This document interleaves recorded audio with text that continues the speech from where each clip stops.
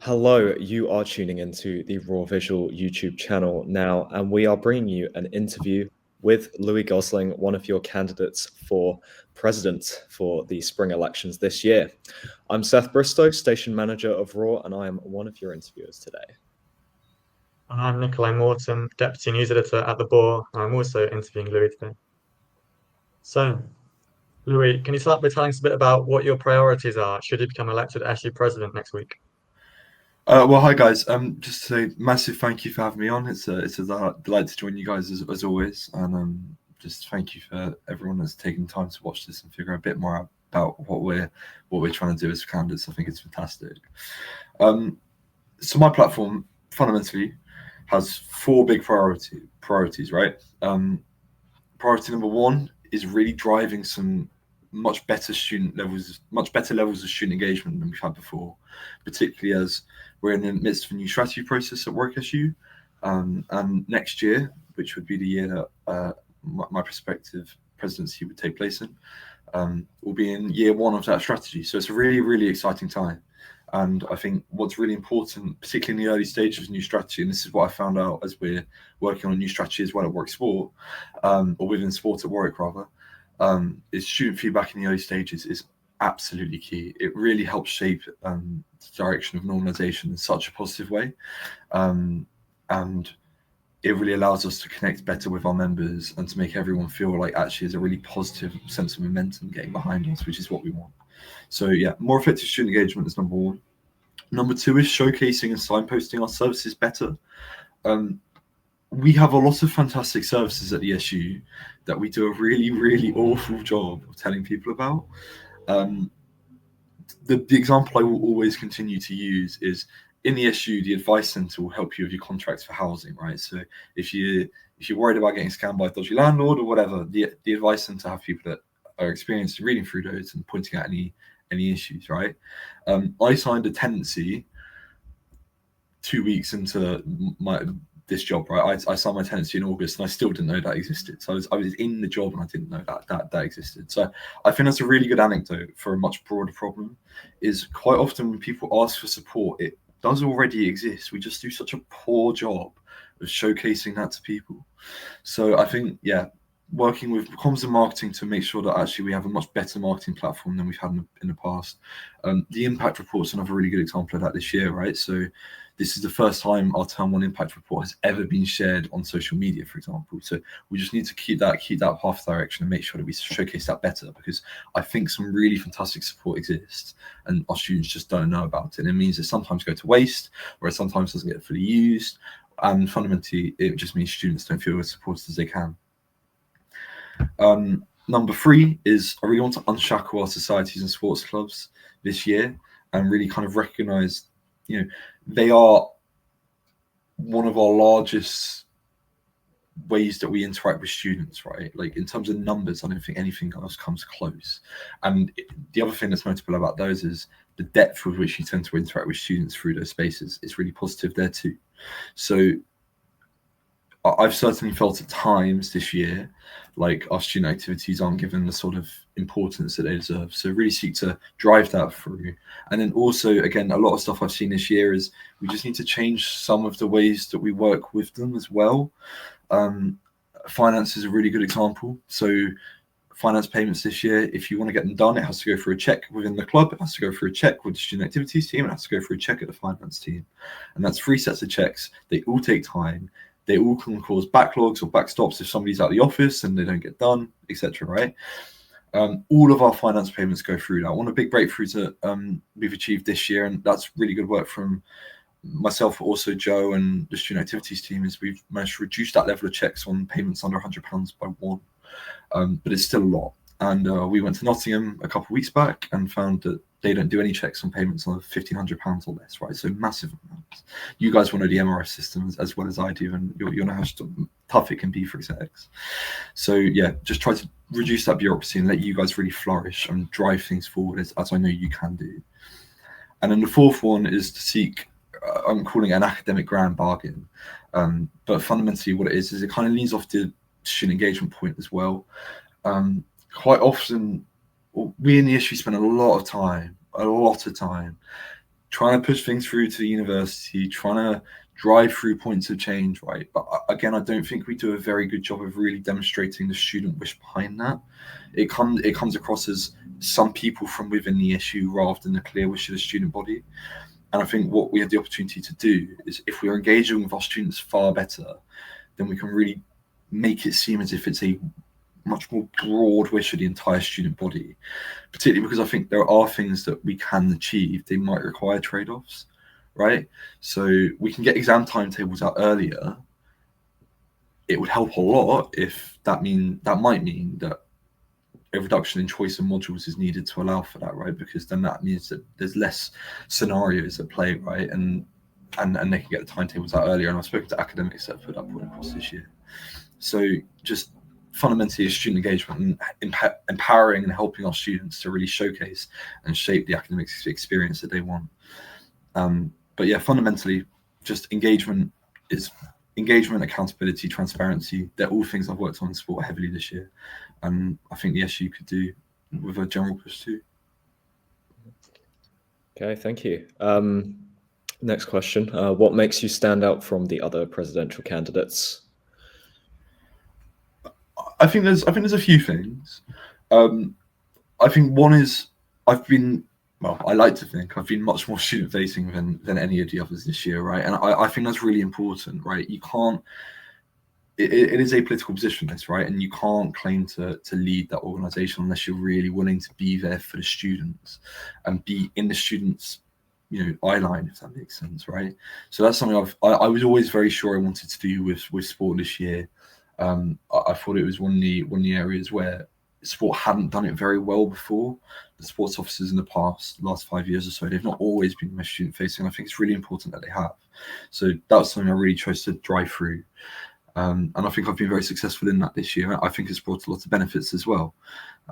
So yeah, if I were to be elected president, that's something I definitely seek to do. And I think I've got a clear track record in it. I think I've shown clear success and ability with it too.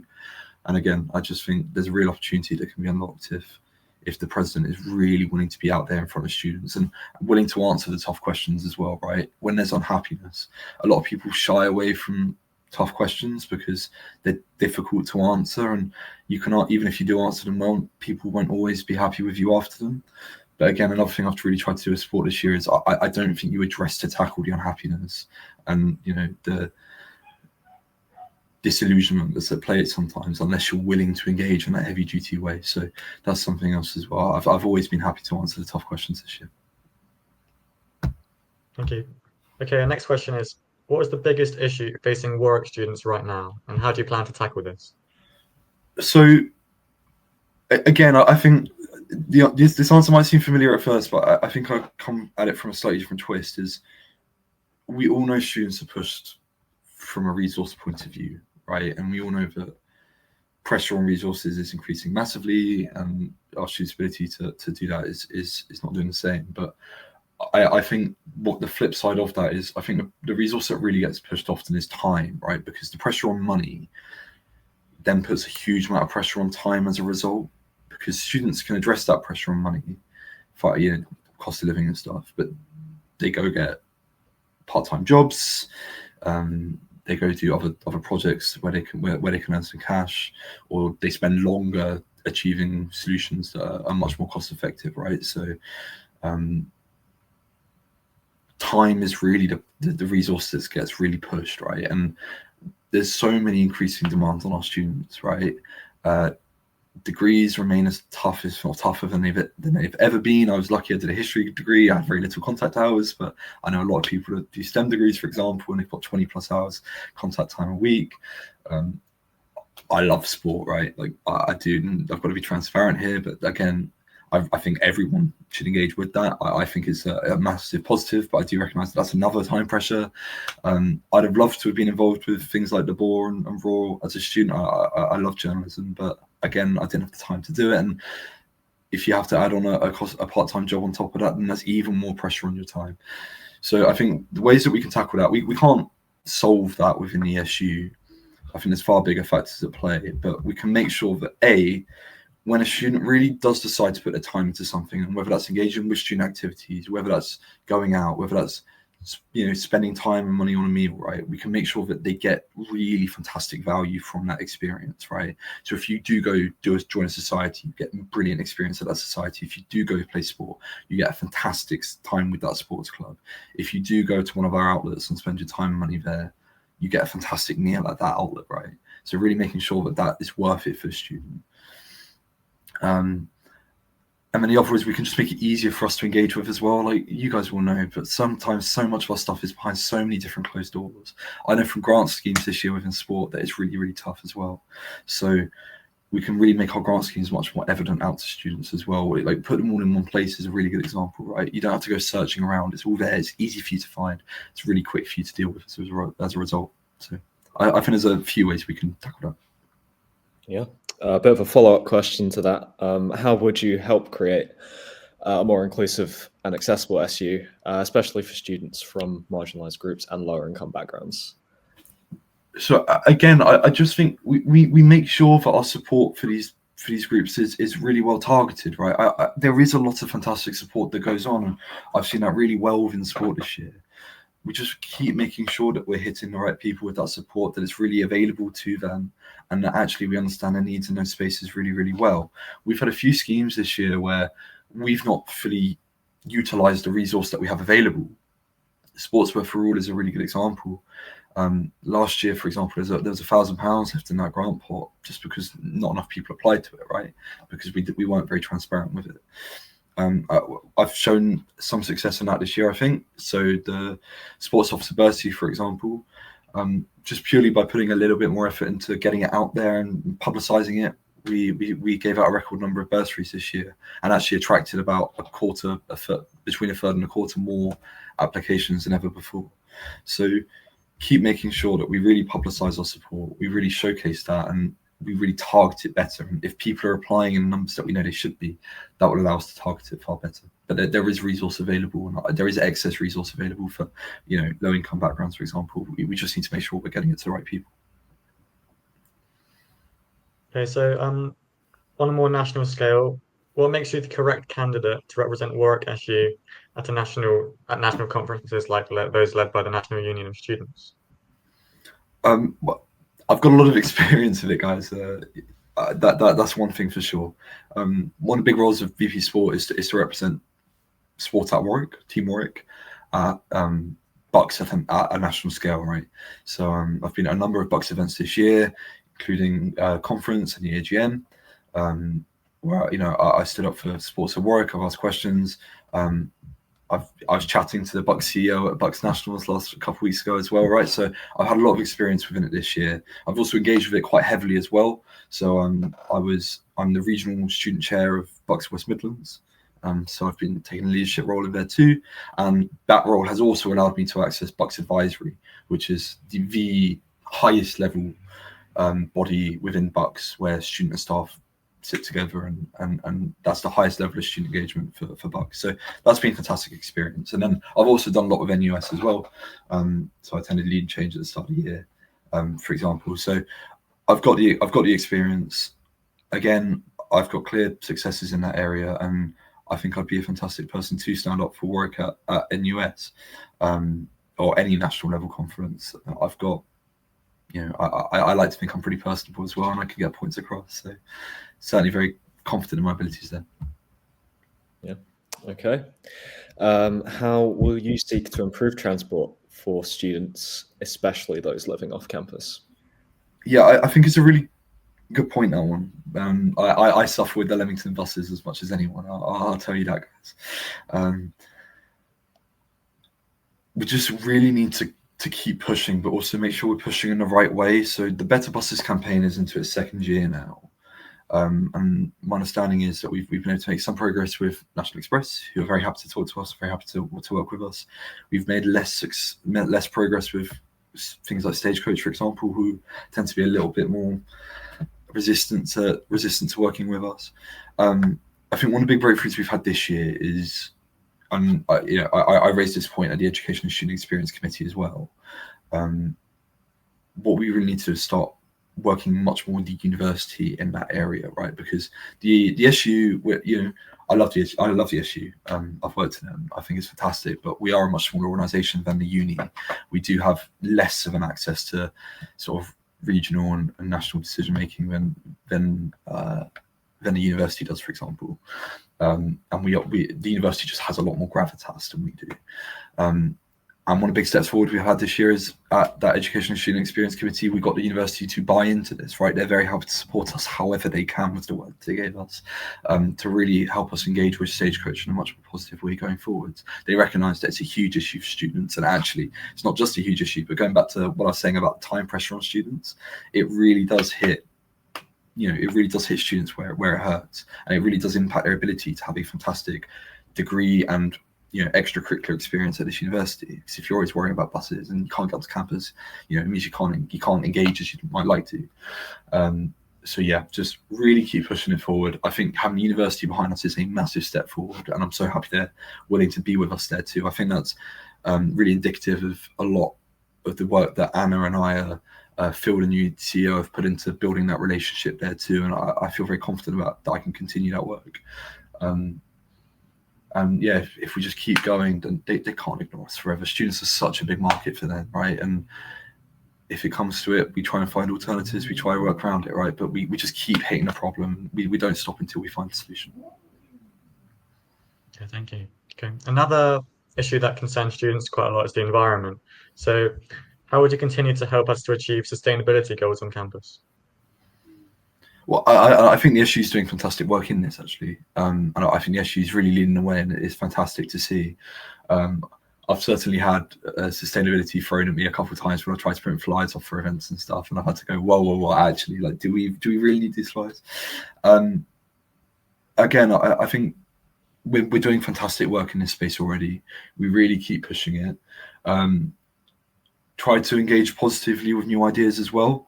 So plastic-free pop is a motion that's gone forward a couple of times. Now, practically, we would really struggle to implement that at the moment in Warwick, right? Because we just don't have the facilities to wash glasses in cough rooms, right? We just don't have anywhere to do that. So being honest with students where we can't do things or where there's a barrier to doing things, but then also working really positively with them to try and help them understand what we can do or what needs to happen to make us be able to do the other things as well. So again, I just think really positive engagement with students to make sure that they feel really involved in that process. And otherwise just continue the fantastic work that's already begun. And we are doing some brilliant stuff, and just keeping that sort of momentum and that emphasis in there, I think is really important. Yeah. Another big issue on campus at the moment. How would you approach calls for demilitarization on campus? Would you consider working on projects such as the ethical assurance framework that Students' Union full-time officers have focused on in this year's as a priority? Yeah, I think it's a fantastic question, and it has been a huge priority for the FTO team this year. And I certainly know that Anaya, Muniba, and Sasha have worked really intensely on that this year. It goes back to what I said before as well. Like, fundamentally, this is student engagement, right? If we really interact with our students, and if this is what we're hearing back, if this is what really matters to our student body, then absolutely it should be a priority, right? We help our students shape our priorities, is I think the point that I'm really trying to drill down on. So absolutely, if our students really want us to push DMIL as a massive priority, then we continue to do that. And I think, again, the work that the university's shown in this space, I think huge steps have been made going forward. And Naya's done some really fantastic work there and achieved a huge amount as well. So I think we're in a really good space to continue that success going forwards. And if we are to, then yeah, absolutely, I'd be happy to carry that on with our student body as well. Next question. As SU president, you would be the students' leading representative to the vice chancellor. So what do you think the relationship between the SU and the university should look like moving forward? So, and again, I think a fantastic question. I think a really important one, because I do think one of the most important roles of the president is being that lead point of liaison with the university, right? We are the figurehead of the organization, and as a result, there's a huge responsibility there. again, one of the big things we try to do with sport this year is change the narrative about this slightly, right? Like fundamentally, both the university and the SU are after the same goals, right? Both organisations want our students to have a fantastic academic and extracurricular at this university, right? We want the university to be as fantastic as it can be, and then we want our students to feel as happy, as well supported, as well engaged, as interested, everything in their time here as well. So I do think there's a huge space for a really, really positive interaction with the university. That doesn't mean we give them a carte blanche. Like, please don't misinterpret me here. Like, we've got to be that really questioning, really sort of inquisitive partner. And when they do when they do something that we don't think is right, when they do something that our student body makes clear isn't what they want or goes against what they're trying to achieve, that's when we do stand up and we go, well, no. But I think there is also the space for us to be really good friends on other spaces as well, right? And to make some really good progress. That fundamentally, we're a fantastic organisation in TSU, but it goes back to what I was saying in terms of the buses, right? The university just has a level of resource, a level of engagement with other organisations, a level of staff size, a level of just gravitas that we can't achieve on our own. So there's definitely spaces where if we work really positively with the university, we can definitely increase the offering that our students get, whilst also still making sure that we do stand up for students when it calls for it. When our students are clearly unhappy with stuff, that we do put that forward to. And again, I think you can see evidence of all of that within sport, right? We've driven a much more positive relationship between both staff teams, university and the SU, and our student body. That triangle, I've done a lot of triangles this year, guys, that's one of them. We've driven a much more positive relationship there this year, and I think it's brought a lot of benefits. There have also been times where I've made it clear to both the SU staff team, but also the university staff team, that I don't think we're doing things as we should do. And we've changed the hell of a lot this year, guys. I think this has been a really transformational year for sport at Warwick, particularly in terms of the level of student engagement that we're now getting. So I think, again, clear track record on this, guys, and I think only benefits available for us if we choose to go that way. All right, thank you. One final question to finish the interview. How would you continue to support the Students' Union drive to increase the institution's transparency? Yeah, absolutely. We've just got to engage a lot better, right? And we've got to communicate a lot better, and we've got to be willing to be out there a lot better, in my view, as well. It goes back to what I was saying about we've got to be a lot more student-facing, a lot more forward-facing as well. We've got to be willing to stand out there and justify the decisions that we make, and also listen to students and positively listen to students as well, right? So again, if you look at what I've done in sport, I've tried to be as student-facing, as forward-facing as possible. I've had to justify my decisions at times. I've had to justify some decisions that Warwick Sport are taking, that the SU are taking at times too. But fundamentally, I think this has been the most transparent the sport at Warwick has ever been, right? We've given our presidents unprecedented access to strategy, conversations and consultations this year. And we've done some really fantastic work in those spaces there. The first time we did it, I'll be honest, our students threw some pretty tough questions our way, and we really had to work for our wages on that night. But I do think we were able to. And actually, the most important thing that came out of that is a lot of those issues were able to be solved as a result, right? Like, we were able to really get on top of a lot of those afterwards. Just, they were brought up in that session, but we did a huge amount of follow-up. So I'd love to do something similar, right? I think there should be a space where all students can put questions, well, hopefully, if next week goes well, to me, and expect a genuine and proper answer. And if we can't give them a genuine and proper answer in that space, then we follow it up. We give them a genuine and proper answer elsewhere, if that's by text, if that's by email, whatever, right? You get an answer to your question.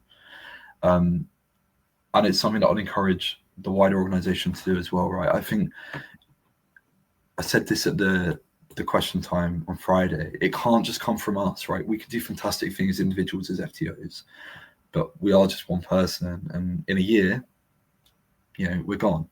So I think it's also about how do we drive that culture from the rest of the organisation? How do we encourage the staff teams to be forward-facing too? How do we encourage them to really positively engage with our student body and to be willing to take some of the criticism and some of the tough questions that allow you to build an even stronger relationship, that allow you to really build, to really solve the issues that lie at stake as well. So I'm hugely committed to transparency. As I said, I think it's been a huge bit of progress that we've made within sport this year. And I think the wider SU can do a lot of really positive work there too. I'd certainly want to be held accountable as president, and not just by people that engage really strongly with the SU as well, by the entire student body. As I say, this should be something that everyone has access to. Well, thank you very much for your time today. Thank you guys, it's been a pleasure. Yeah. Thank you. We have other interviews available on our YouTube channel with other candidates, so please do watch them and get informed. Thank you very much for watching. Cheers, guys. Thank you. Vote Louis.